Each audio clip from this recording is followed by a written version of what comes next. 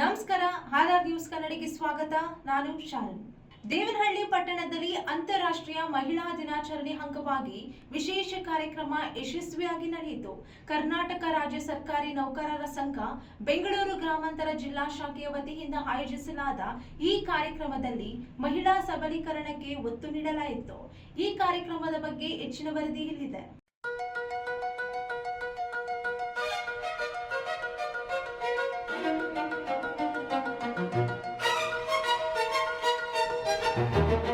ಬೆಂಗಳೂರು ಗ್ರಾಮಾಂತರ ಜಿಲ್ಲೆಯ ದೇವನಹಳ್ಳಿ ಪಟ್ಟಣದ ಡಾಕ್ಟರ್ ಬಿ.ಆರ್. ಅಂಬೇಡ್ಕರ್ ಭವನದಲ್ಲಿ ಅಂತಾರಾಷ್ಟ್ರೀಯ ಮಹಿಳಾ ದಿನಾಚರಣೆ ಅಂಗವಾಗಿ ವಿಶೇಷ ಕಾರ್ಯಕ್ರಮ ನಡೆಯಿತು. ಕರ್ನಾಟಕ ರಾಜ್ಯ ಸರ್ಕಾರಿ ನೌಕರರ ಸಂಘ ಬೆಂಗಳೂರು ಗ್ರಾಮಾಂತರ ಜಿಲ್ಲಾ ಶಾಖೆಯ ವತಿಯಿಂದ ಈ ಕಾರ್ಯಕ್ರಮವನ್ನು ಆಯೋಜಿಸಲಾಗಿತ್ತು. ಕಾರ್ಯಕ್ರಮದಲ್ಲಿ ವಿವಿಧ ಕ್ಷೇತ್ರಗಳಲ್ಲಿ ಸಾಧನೆ ಮಾಡಿದ ಮಹಿಳೆಯರನ್ನು ಸನ್ಮಾನಿಸಲಾಯಿತು. ಮಹಿಳಾ ಹಕ್ಕುಗಳು, ಸುರಕ್ಷತೆ ಮತ್ತು ಸಬಲೀಕರಣ ಕುರಿತು ಜಾಗೃತಿ ಮೂಡಿಸುವ ಉದ್ದೇಶದಿಂದ ಉಪನ್ಯಾಸಗಳು ಹಾಗೂ ಚರ್ಚೆಗಳು ನಡೆಯಿತು. ಕಾರ್ಯಕ್ರಮದಲ್ಲಿ ಸರ್ಕಾರಿ ಅಧಿಕಾರಿಗಳು, ಸಂಘದ ಪದಾಧಿಕಾರಿಗಳು ಹಾಗೂ ಸಾರ್ವಜನಿಕರು ಭಾಗವಹಿಸಿದರು.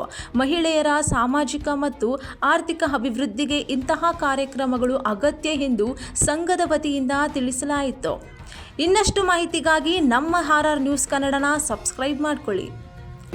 ಪ್ರತಿಯೊಂದು ಫೀಲ್ಡಲ್ಲೂ ಮಹಿಳೆಯರಿಗೆ ಸೇರಿ ಇಲ್ಲಿ ಆಕ್ಚುಲಿ ಏನು ಸರ್ಕಾರಿ ಕೆಲಸದಲ್ಲಿ ಆಕ್ಚುಲಿ ಮಹಿಳೆಯರು ಇದ್ದಾರೆ.